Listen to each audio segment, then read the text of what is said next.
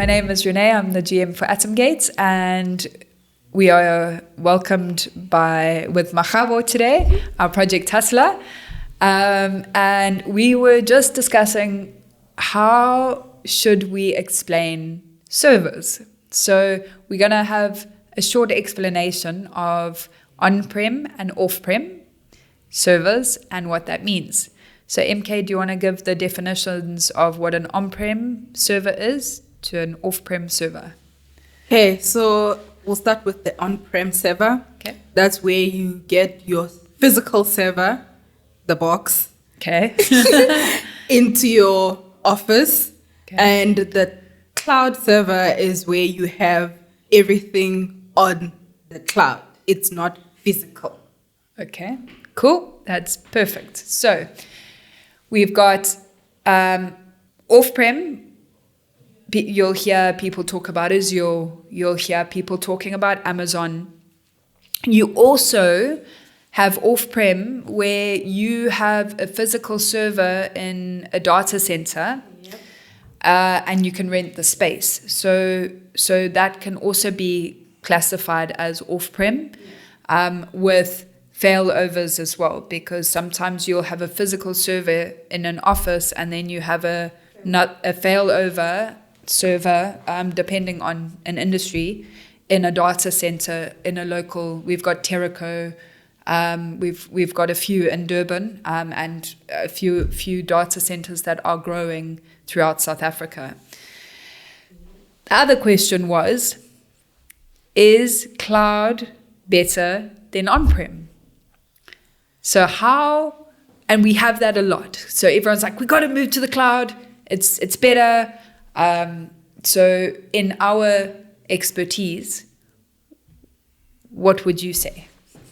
Okay, so when the cloud servers got popular, everyone was just like, we need to move to the cloud. It's safer. It won't get stolen. And I'm just like, okay, hold on. Okay, we are in Africa, just remember. Yes. And while it was the problem of load shedding as well. And I was like, okay, we need to differentiate whether a business needs to be on-prem or on the cloud. Okay. So every business environment is customized. Yeah. You'd find that one business is better on the cloud and the other business is better with an on-prem server. The thing that would differentiate the two mostly would be cost. Would it cost me more for my few users to be on the cloud and pay it every month? Yeah. Or would it cost me less if I buy the hardware and have it on site? Well, that, like, the cost-effective side of it would be one factor that we look at. 100%. So we'll play out some scenarios. So just because you're in the cloud doesn't mean you are safe. Yep. Like I need you.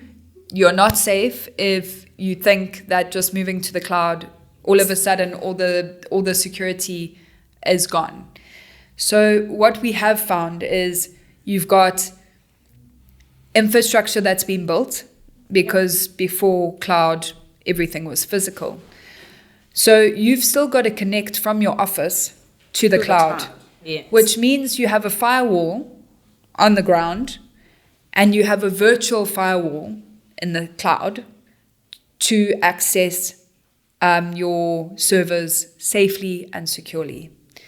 The other thing that we have noticed is, so hospitals, it generally is more beneficial to have a server on site because everyone's working from it. Yeah. So if you imagine the latency, you've got a big server in the cloud and you've got 50 people all trying to connect. Your speed is slower. There's different resources that it all takes in order to, so you could have a really powerful server in the cloud for 50 users, but it's going to actually cost you 10 times the price. So I think if you are looking at different options of servers, you need to try and understand the long-term return on investment. Also, you take into account that if you've got an on-prem server, you've got insurance, you've got to pay for it. You've got backup power, you need to be put in place, so UPS. And then what would be your return on investment on that machine? And then your running costs. Then the same for the cloud. Having an additional firewall in place. Having, depending on how many users it is. So sometimes you can just be using Pastel in the cloud and have a couple of users, and it might cost you 1,000 Rand a month. Then you go, okay, it's actually maybe worth doing it in the cloud. Then having an on-prem, spending 80 to 100,000 Rand plus minus on a server.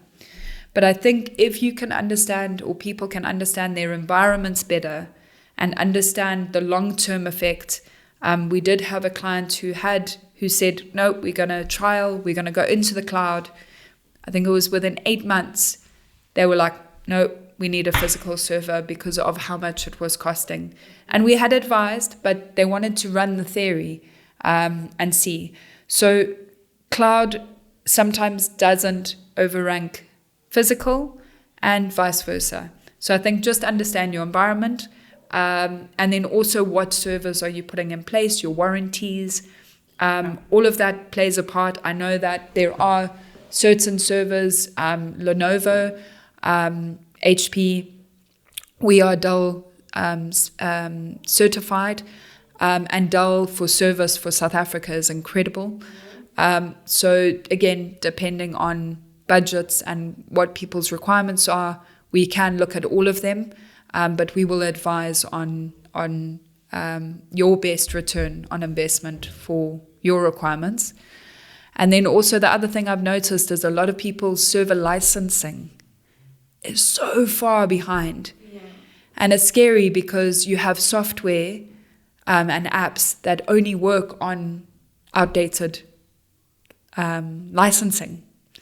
So it's also people need to be aware, and clients need to be aware that if you aren't updating your software and the apps that you are using timeously,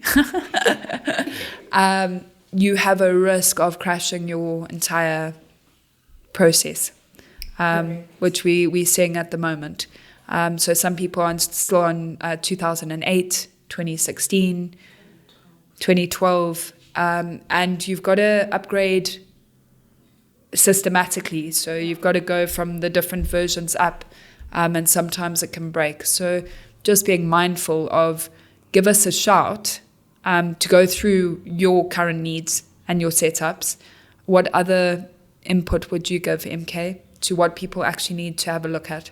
So also to understand that getting a server is not just getting the box and putting it in your environment like how we do with our laptops. There are a lot of things that goes into your server setup. As Renee mentioned, your server licensing.